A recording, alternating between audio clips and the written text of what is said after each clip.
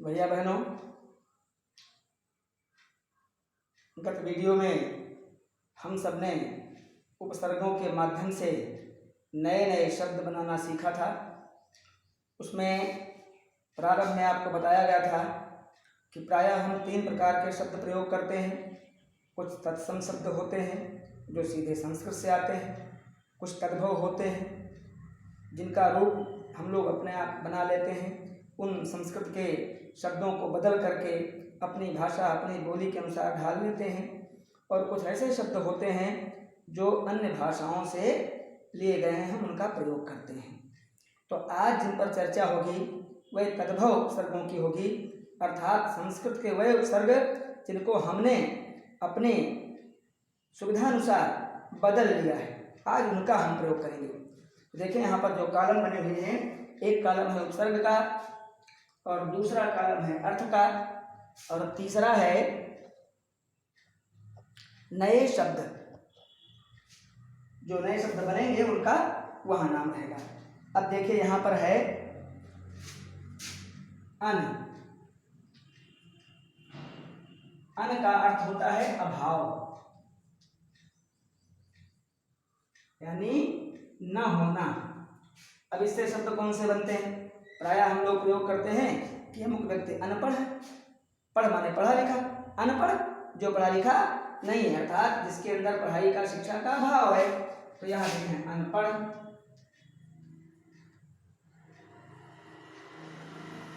अनगढ़,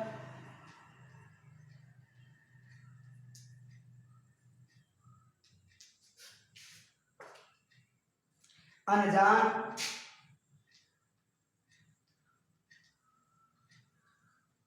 अनहोनी,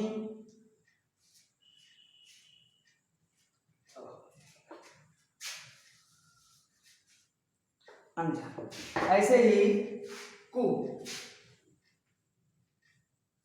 कु का अर्थ होता है बुरा। अब इसमें देखें पुत्र में जोड़ेंगे तो कुपुत्र हो जाएगा। आगे कुचाल, अर्थात जिसके चाल चलन सही न हो वह है कुचाल। और कुढंग,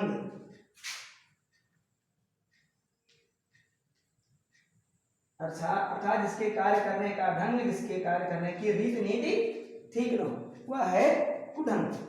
आगे नी। नी का भी अर्थ होता है रहित होना, यानी न होना। जैसे निहत्था,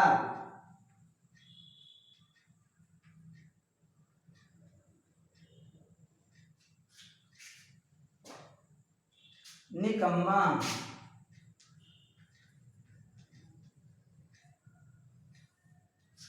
निडर, यानी जिसके अंदर डर नहीं है, जो डर से रहित है, जो काम नहीं करना चाहता वो निकम्मा है। ऐसे ही जिसके हाथ में कुछ शस्त्र नहीं है वो निहत्था। यहाँ पर हाथ का मतलब शस्त्र से है, हाथ से नहीं बल्कि हाथों में रहने वाले शस्त्रों से, तो निहत्था। आगे सु।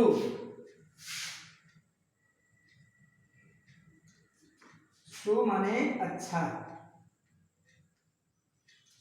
अब इसको पुत्र में जोड़ेंगे तो सुपुत्र, सुजान, जिसको अच्छी जानकारी है, सुघड़, जिसके कार्य करने का तरीका बहुत बढ़िया है, जो बहुत साफ सुथरा काम करता है, जो भी लिखता है पढ़ता है कोई चीज करता है उसमें एक सुंदरता होती है, एक अच्छाई होती है। और सुडौल। इस प्रकार से शब्द बन जाते हैं। आगे अध।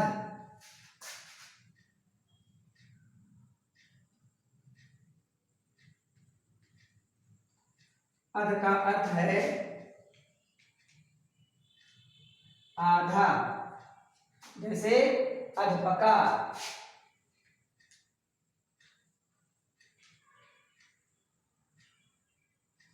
अध पका, अध जला,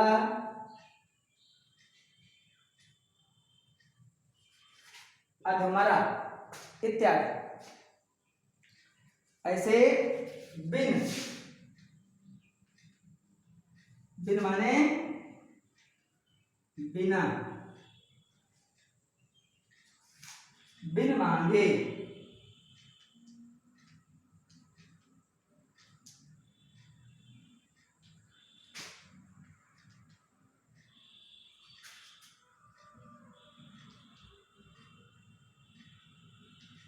बिन ब्याही।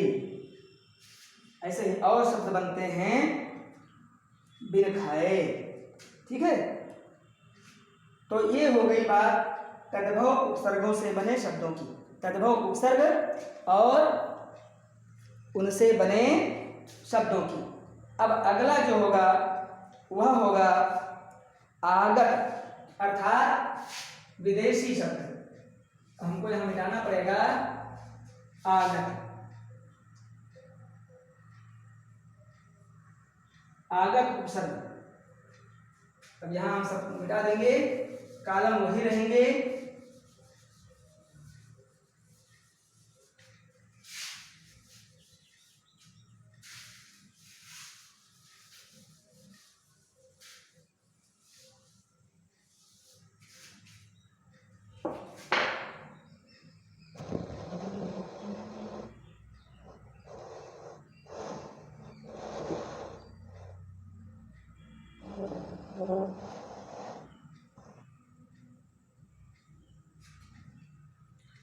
तो भैया बहनों, अब आगत यानी विदेशी उपसर्गों पर बातचीत होगी।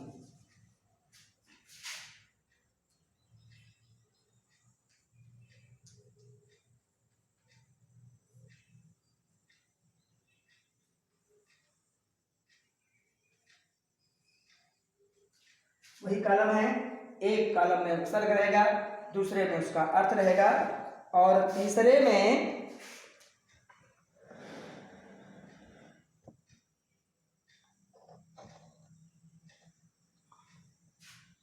हम नए शब्द लिखेंगे। अब देखें, इसमें पहला है ब। ब का अर्थ होता है साथ या सहित।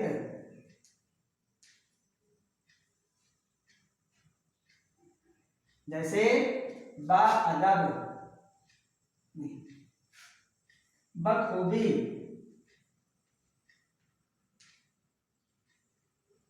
यानी खूबी के सहित, गुण के सहित। बदौलत,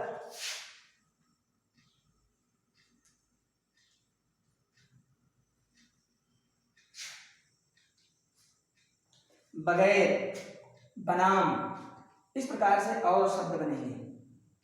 बे, इसका अर्थ होता है बिना। बेनाम,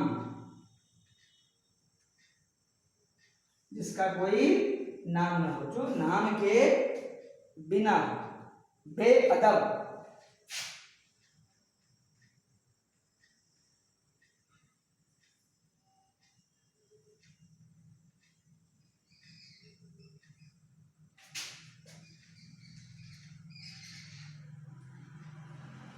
बेशर्म, इस प्रकार शब्द बन जाते हैं। बेचैन, बेगुनाह, बद,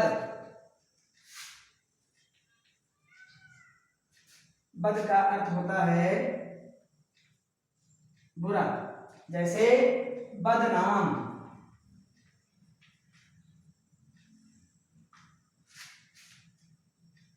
बदसूरत,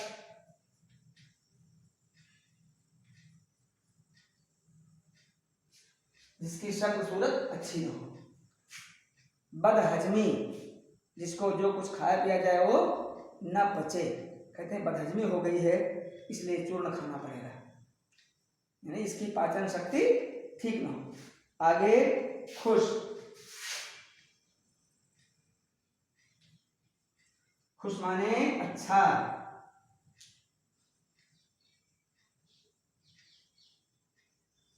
खुशबू,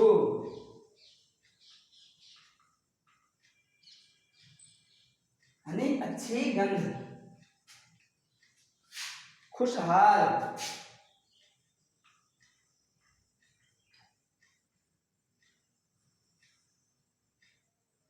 खुश मिजाज, खुशनुमा, इस प्रकार के शब्द बन जाते हैं। अगला ला,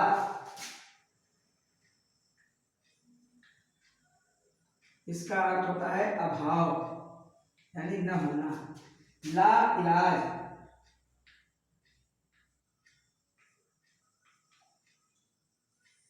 अर्थात जिसकी चिकित्सा न हो सके, जिसकी चिकित्सा उपलब्ध न हो सके, उसको ला इलाज बीमारी है, यानी उस बीमारी की कोई चिकित्सा नहीं है, कोई औषधि नहीं है, कोई प्रक्रिया नहीं जिससे वो दूर हो सके। तो ला इलाज, लाजवाब, लापरवाह,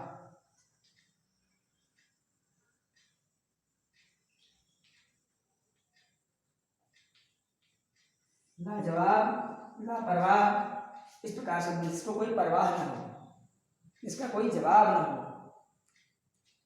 ना,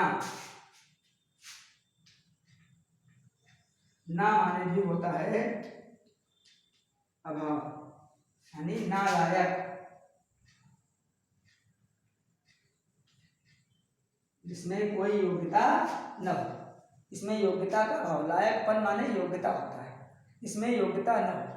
हम लोग प्रायः सुनते रहते हैं कि अमुक व्यक्ति का बेटा या समाज में फला व्यक्ति नालायक हो गया, ठीक से काम नहीं करता, अपने घर की रीति नीति के अनुसार काम नहीं करता, तो इस प्रकार से उसको हम कहते हैं नालायक है, यानी किसी प्रकार की उसके अंदर योग्यता नहीं है। ना समझ,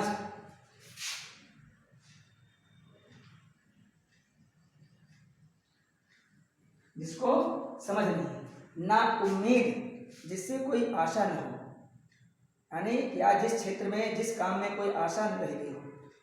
लोग गंभीर रूप से बीमार होते हैं, लोग कहते हैं भाई अब तो ना उम्मीद है, हम लोग बहुत दवा कर लिया, कोई लाभ नहीं मिल रहा है, कोई उम्मीद नहीं बची है, कोई आशा की किरण अब नहीं रही।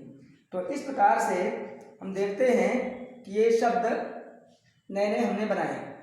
अब आगे क्या होता है इसमें कि कुछ शब्द ऐसे हैं जिनमें हम जब उपसर्ग लगा करके नया शब्द बनाते हैं तो उनकी व्याकरणिक कोटि में परिवर्तन हो जाता है, अर्थात व्याकरण की दृष्टि से वो क्या थे पहले और अब वो क्या हो गए, बदल जाता है।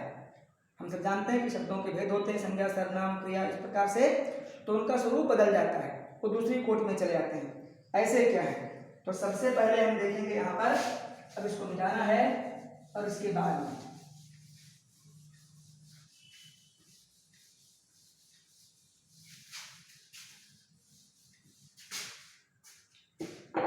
अब यहाँ हेडिंग बनेगी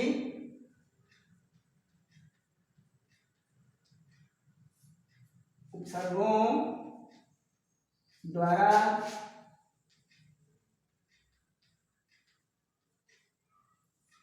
व्याकरणिक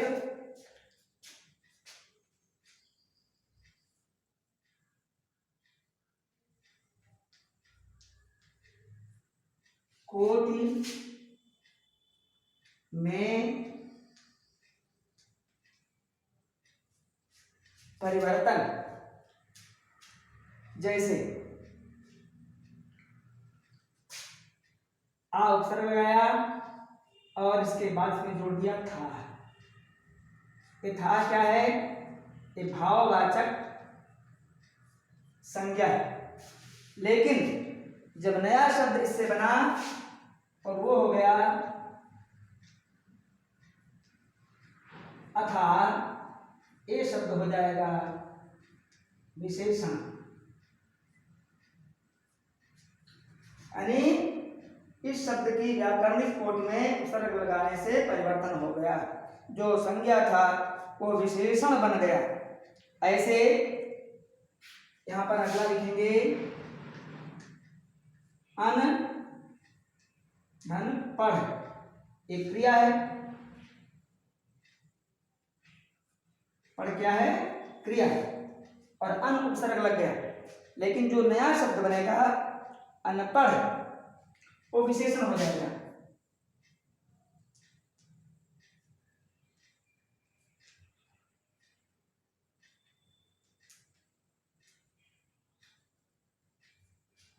तो इस तरह से परिवर्तन होता है।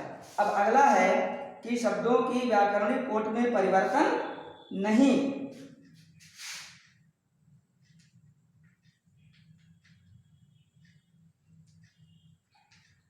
जब नहीं होता है उसका उदाहरण देखेंगे।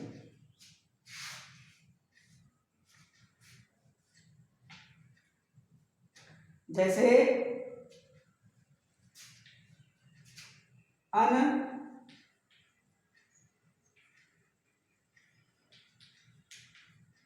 धन होनी। होनी क्या है? ये संज्ञा है, भाववाचक संज्ञा है, और इससे जो नया शब्द बनेगा वो हो जाएगा अनहोनी। यह भी संज्ञा ही रहेगा।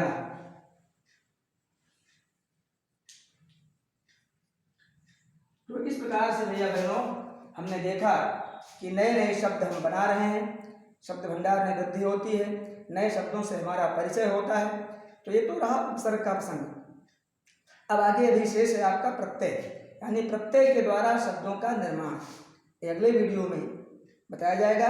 तब तक आप इस कार्य को ठीक से समझ लिए होंगे। इन वीडियोस को आप बार बार देखें। लिख करके सामग्री आपको पहले से भेजी गई, उनका ठीक से आप अध्ययन करेंगे, साफ सुथरा लिखेंगे कॉपी में बढ़िया ढंग से। क्योंकि देखिए ये कॉपी आपको साल भर रखनी है अपने पास। आप अध्ययन करेंगे, परीक्षाएं आएंगी, फिर आप निकालेंगे।